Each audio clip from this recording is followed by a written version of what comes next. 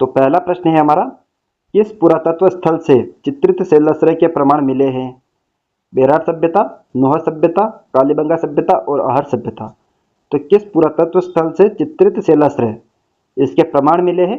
तो correct answer हो जाएगा आपके ऑप्शन नंबर ए, बेरार सभ्यता से। और बेरार सभ्यता के बारे में ध्यान रखना है कि नवीन जिलों के गठन के बाद ये आपके कोटपुतली बहरौल जिले में है। ठीक है, ध्यान रखना, ये प्रश्न इंपॉर्टेंट है। तो आपके नवीन जिलों के गठन के बाद कोटपुतली बहरौल जिले में है।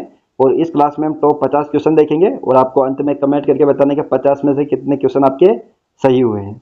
ठीक है, तो आगे देखते हैं अगला प्रश्न। प्रश्न नंबर 2, निम्न में से कौन सा पन्ना खनन क्षेत्र नहीं है? कालागुमान, कोगुंदा, टिक्की और सरवर। तो इन चारों में से कौन सा पन्ना खनन क्षेत्र नहीं है? तो करेक्ट आंसर हो जाएगा आपके ऑप्शन नंबर डी, सरवर जो है वह आपके पन्ना खनन क्षेत्र नहीं है। बाकी कालागुमान, कोगुंदा और टिक्की ये तीनों आपके पन्ना खनन क्षेत्र है राजस्थान में। ठीक है, आगे बात करते हैं अगले प्रश्न की। प्रश्न नंबर 3, घीरल परियोजना का संबंध है। ये जो प्रश्न है ये आपके पहले किसी न किसी राजस्थान के एग्जाम में पूछे गए प्रश्न है, तो बहुत ही महत्वपूर्ण प्रश्न है। साथ के साथ में आपको कमेंट करके आंसर बताना है कि आपके जो BSTC एग्जाम 2024 जो आने वाली है उसकी परीक्षा की तैयारी आपकी कैसी है।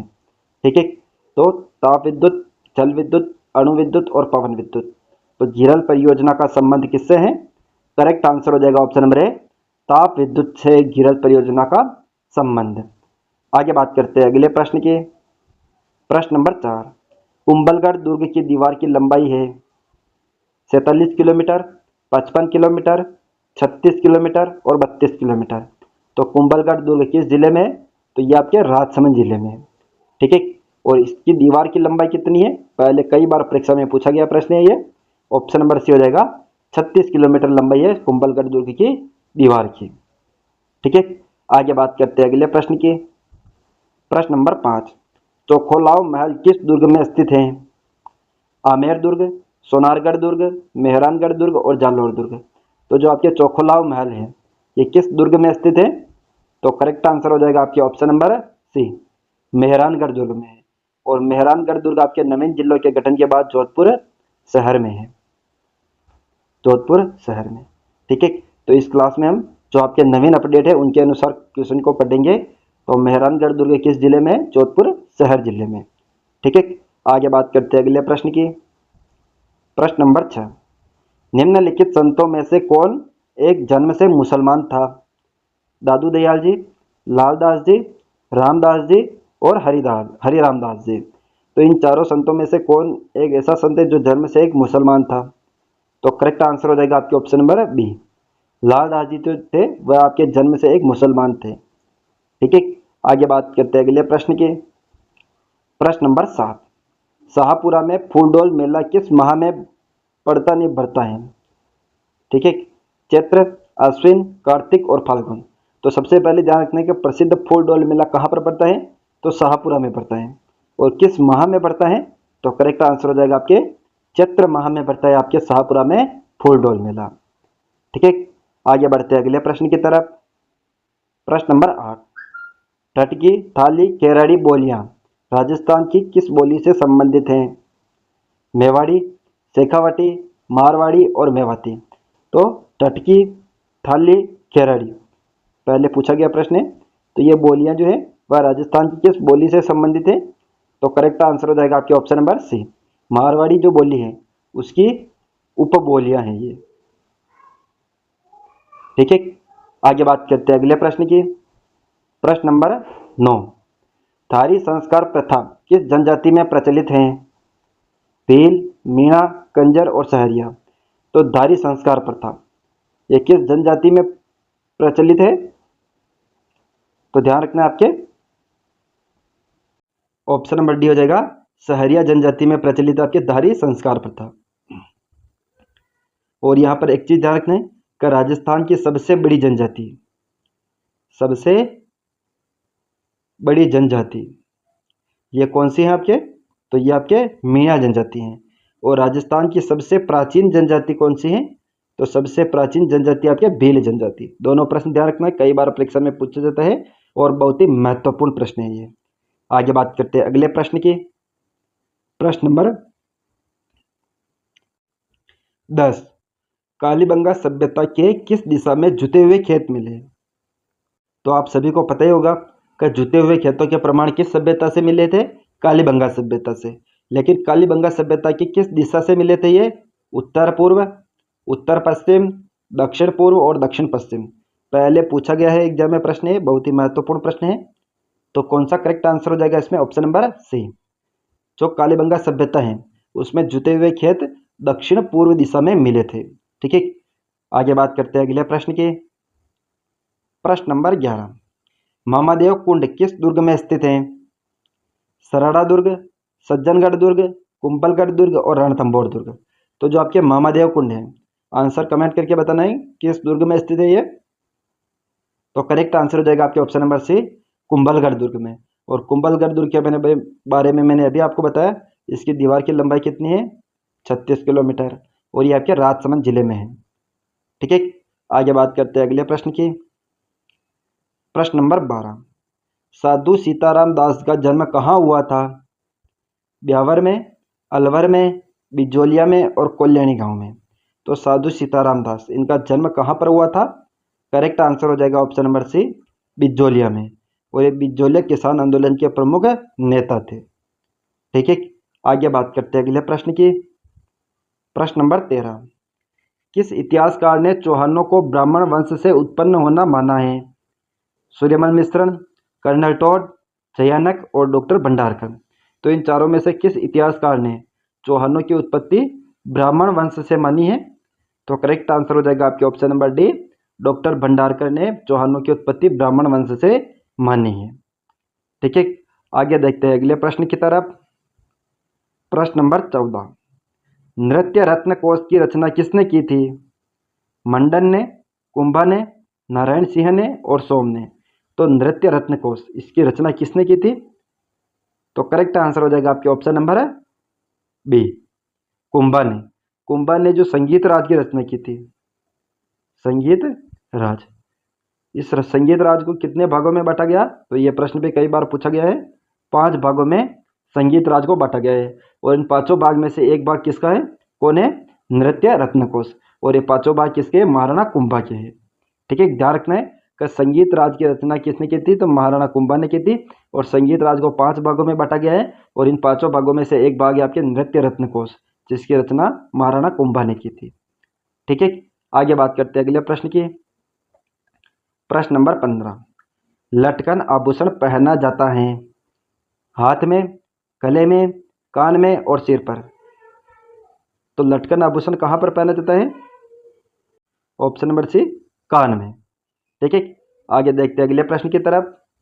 प्रश्न नंबर 16, प्रश्न है हमारा, गिरिराज प्रसाद का संबंध है देवा कला से, उस्ता कला से, नौटंकी कला से और शेखावटी ख्याल से।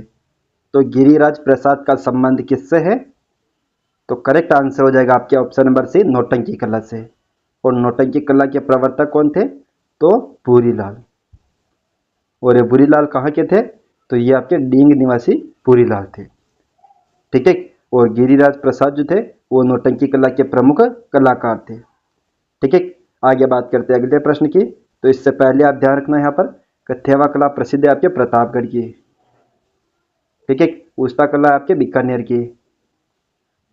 थेवा कला के प्रवर्तक कौन थे? महेश राज सोनी। उस्ता कला के हिजामुद्दीन उस्ता। ठीक है, और शेखावटी ख्याल आपकी जो है वह आपके उसके प्रवर्तक है नानूराम राणा तथा दुलिया राणा।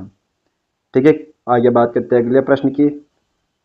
प्रश्न नंबर 17, कर्नल टोड के अनुसार इस जनजाति का मूल स्थान कालीकोह पर्वतमाला से माना है भील, करासिया, मीणा और सहरिया।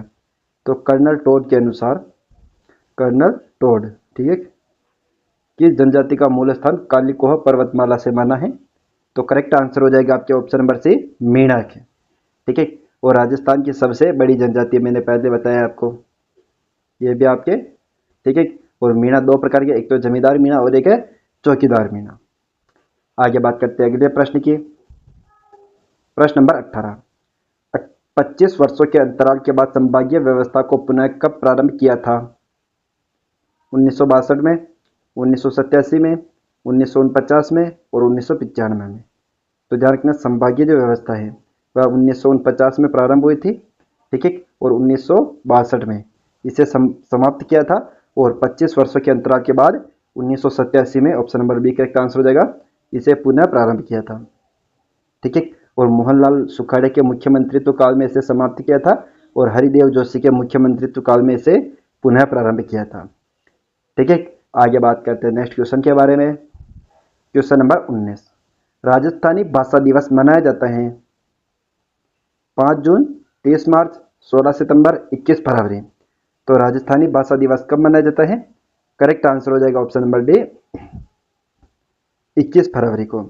आपको पता है 5 जून को विश्व पर्यावरण दिवस मनाया जाता है, 30 मार्च को राजस्थान स्थापना दिवस मनाया जाता है और 16 सितंबर को ओजोन दिवस मनाया जाता है। आगे बात करते हैं अगले प्रश्न की।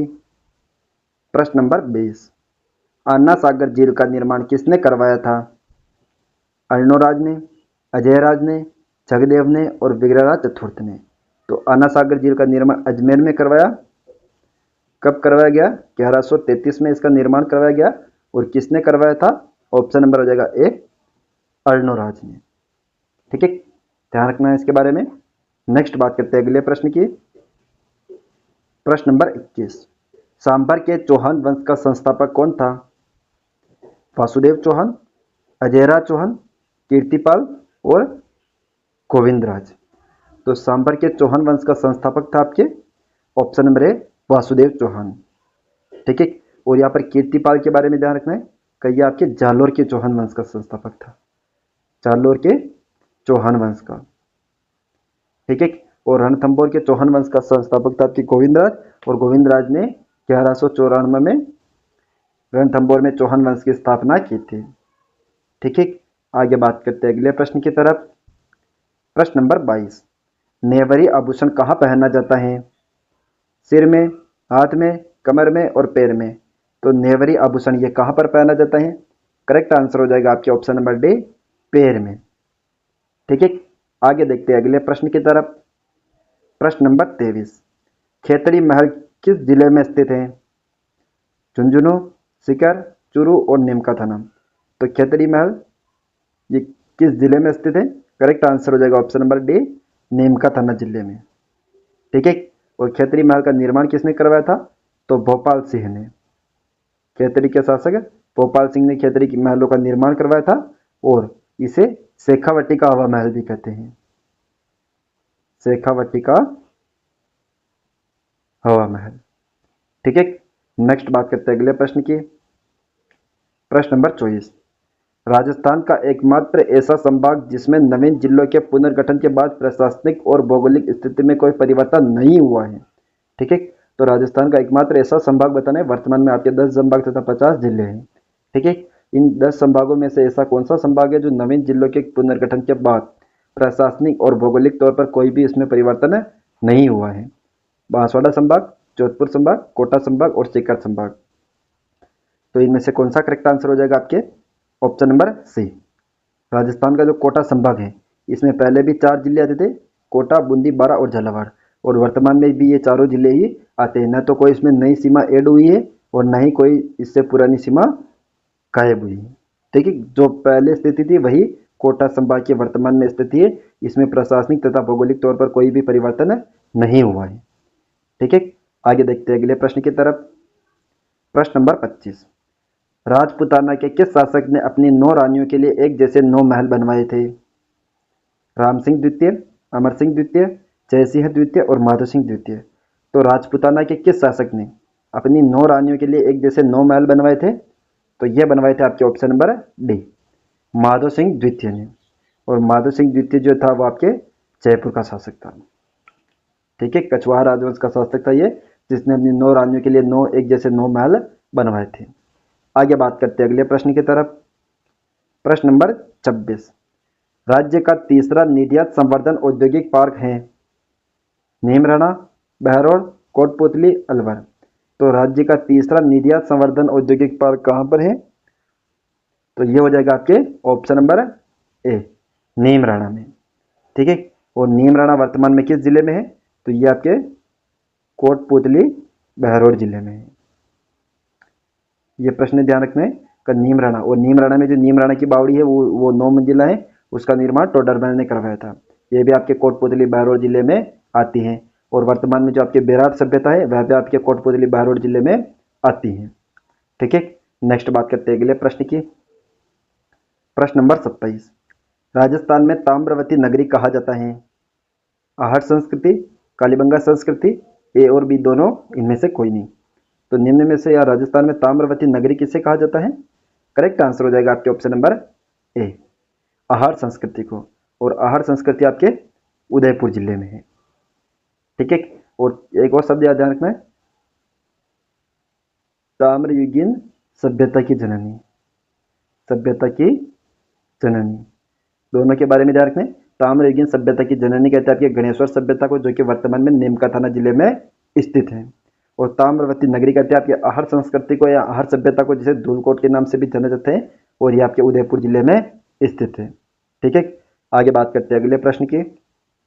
प्रश्न नंबर 28, जयसमंद झील कहाँ स्थित है?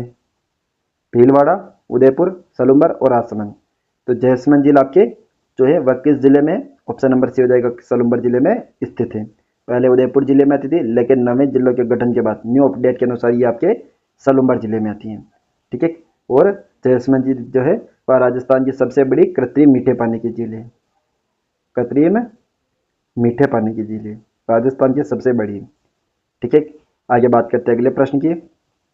प्रश्न नंबर 29, मेजा बांध का निर्माण किस नदी पर हुआ है? चंबल नदी, साबरमती नदी, कोठारी नदी और जाखम नदी। तो मेजा बांध जो आपके भीलवाड़ा में है वह किस नदी के पर बना हुआ है? करेक्ट आंसर हो जाएगा ऑप्शन नंबर सी, कोठारी नदी पर। ठीक है, आगे बात करते हैं अगले प्रश्न की। प्रश्न नंबर 30, स्वामी विवेकानंद को विवेकानंद नाम किसने दिया था? राम सिंह ने, करण सिंह ने, अजीत सिंह ने और अभय सिंह ने। तो स्वामी विवेकानंद को विवेकानंद नाम किसने दिया था? करेक्ट आंसर हो जाएगा option number C, Ajit Singh ने। और ये अजीत सिंह कहाँ के शासक थे? तो खेतड़ी के शासक। स्वामी विवेकानंद का खेतड़ी के शासक अजीत सिंह से पारिवारिक रिश्ता था, और इसी कारण ये जब खेतड़ी में आए थे तभी इन्हें अजीत सिंह ने विवेकानंद नाम दिया था। ठीक है, आगे देखते हैं अगले प्रश्न की तरफ। प्रश्न नंबर 31, ख्वाजा फखरुद्दीन की दरगाह स्थित है? टोंक, अजमेर, देवली, सरवाड़। तो ख्वाजा फखरुद्दीन की दरगाह कहाँ पर स्थित है? करेक्ट आंसर हो जाएगा आपके ऑप्शन नंबर डी, सरवाड़। और सरवाड़ आपके नवीन जिलों के गठन के बाद आपके ऑप्शन नंबर केकड़ी जिले में स्थित है। ठीक है, आगे बात करते हैं अगले प्रश्न की तरफ। प्रश्न नंबर 32, नादिर शाह के आक्रमण की भविष्यवाणी किसने की थी? तो आपको फटाफट से आंसर कमेंट करके बताना है, और हम इस क्लास में टॉप 50 प्रश्न देखेंगे। अंत में आपको कमेंट करके जरूर बताना कि 50 में से आपके कितने क्वेश्चन करेक्ट हुए हैं। ठीक है, तो ये भी आपको बताना है, और इसका आंसर बताना है आपको। रामचरण जी, चरणदास जी, हरिदास जी और लालदास जी। तो नादिर शाह के आक्रमण की भविष्यवाणी किसने की थी? करेक्ट आंसर हो जाएगा आपके ऑप्शन नंबर बी, चरणदास जी। और चरणदास जी के बारे में ध्यान रखना है कि इनके प्रमुख पीठ तो आपके दिल्ली में है, और राजस्थान में इनकी प्रमुख पीठ अलवर में है। ठीक है, आगे देखते हैं नेक्स्ट क्वेश्चन के बारे में। क्वेश्चन नंबर 33, जिलानी माता का मंदिर किस जिले में स्थित है? कोटपुतली बहरौल, अलवर, अनूपगढ़ में और शाहपुरा में। तो जिलानी माता का मंदिर किस जिले में है? करेक्ट आंसर हो जाएगा आपके ऑप्शन नंबर ए, कोटपुतली बहरौल जिले में। ठीक है, आगे बात करते हैं अगले प्रश्न की। प्रश्न नंबर 34, 1857 की क्रांति के समय करौली का शासक था? स्वरूप सिंह, मदन पाल, विनय सिंह, पृथ्वी सिंह। तो 1857 की क्रांति के समय करौली का शासक कौन था?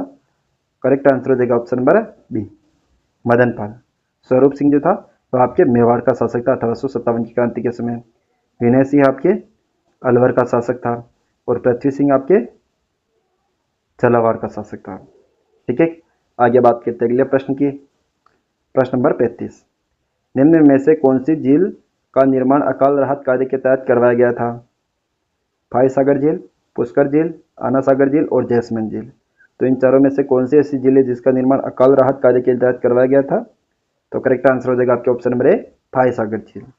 फाई सागर का झील का निर्माण अजमेर में अंग्रेज अधिकारी एक इंजीनियर फाई ने करवाया था। ठीक है, आगे देखते हैं next question. Question number 36, Ram Snehi संप्रदाय की राजस्थान में कितनी पीठें हैं? 3, 4, 5 और 6। तो रामस्नेही संप्रदाय के राजस्थान में कितनी पीठें हैं? करेक्ट आंसर हो जाएगा ऑप्शन नंबर बी 4। कौन कौन सी? शाहपुरा, रेहण, सिंहथल और खेड़ापा, ये 4 प्रमुख राजस्थान में रामस्नेही संप्रदाय की पीठें हैं। आगे बात करते हैं अगले प्रश्न की। प्रश्न नंबर 37। भीलवाड़ा जिले का शुभंकर है चौसिंगा, कब्रबिज्जू, भेड़िया और मोर। तो भीलवाड़ा जिले का शुभंकर क्या है? करेक्ट आंसर हो जाएगा आपके ऑप्शन नंबर डी मोर। ठीक है, आगे बात करते हैं अगले प्रश्न की। प्रश्न नंबर 38। एशिया का वियना किसे कहते हैं? उदयपुर, चित्तौड़गढ़, राजसमंद और भीलवाड़ा। तो एशिया का वियना कहते हैं आपके ऑप्शन नंबर ए उदयपुर को। ठीक है, आगे बात करते हैं अगले प्रश्न की। प्रश्न नंबर 39। शुक्र नीति के अनुसार सर्वश्रेष्ठ दुर्ग हैं औदुक दुर्ग, पारिख दुर्ग, सैन्य दुर्ग और वन दुर्ग। तो शुक्र नीति के अनुसार सर्वश्रेष्ठ दुर्ग कौन सा है? तो करेक्ट आंसर हो जाएगा ऑप्शन नंबर सी सैन्य दुर्ग। और शुक्र नीति के अनुसार दुर्ग कितने प्रकार के होते हैं? तो 9 प्रकार के होते हैं शुक्र नीति के अनुसार दुर्ग, जिनमें से सैन्य दुर्ग जो है आपके वह सर्वश्रेष्ठ दुर्ग माना जाता है। आगे बात करते हैं अगले प्रश्न की। प्रश्न नंबर 40। मेवाड़ बिल कोर की स्थापना कब हुई थी? 1840 में, 1841 में, 1842 में और 1843 में। तो मेवाड़ बिल कोर की स्थापना खेरवाड़ा उदयपुर में की हुई थी और इसकी स्थापना हुई थी ऑप्शन नंबर बी 1841 में। ठीक है, आगे बात करते हैं अगले प्रश्न की। प्रश्न नंबर 41। राजस्थान के प्रथम फारसी थिएटर की स्थापना कहाँ की गई? उदयपुर में, जोधपुर में, अजमेर में और जयपुर में। तो राजस्थान का प्रथम फारसी थिएटर जो है वो आपके रामप्रकाश थिएटर है, जिसकी स्थापना ऑप्शन नंबर डी जयपुर में हुई थी।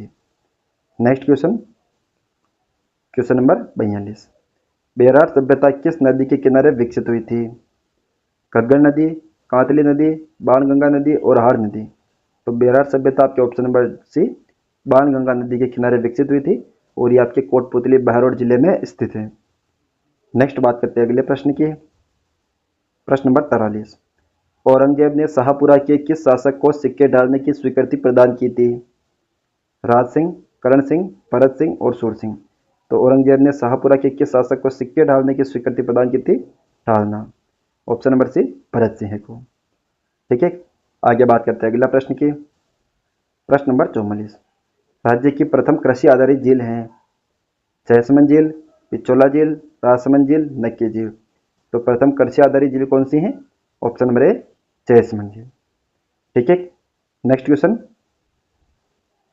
Question number 45। मारवाड़ के राठौड़ वंश की कुलदेवी है जमुआई माता, नागणेची माता, वीरात्रा माता, सोहंग्या माता। तो मारवाड़ के राठौड़ वंश की कुलदेवी ऑप्शन नंबर बी नागणेची माता।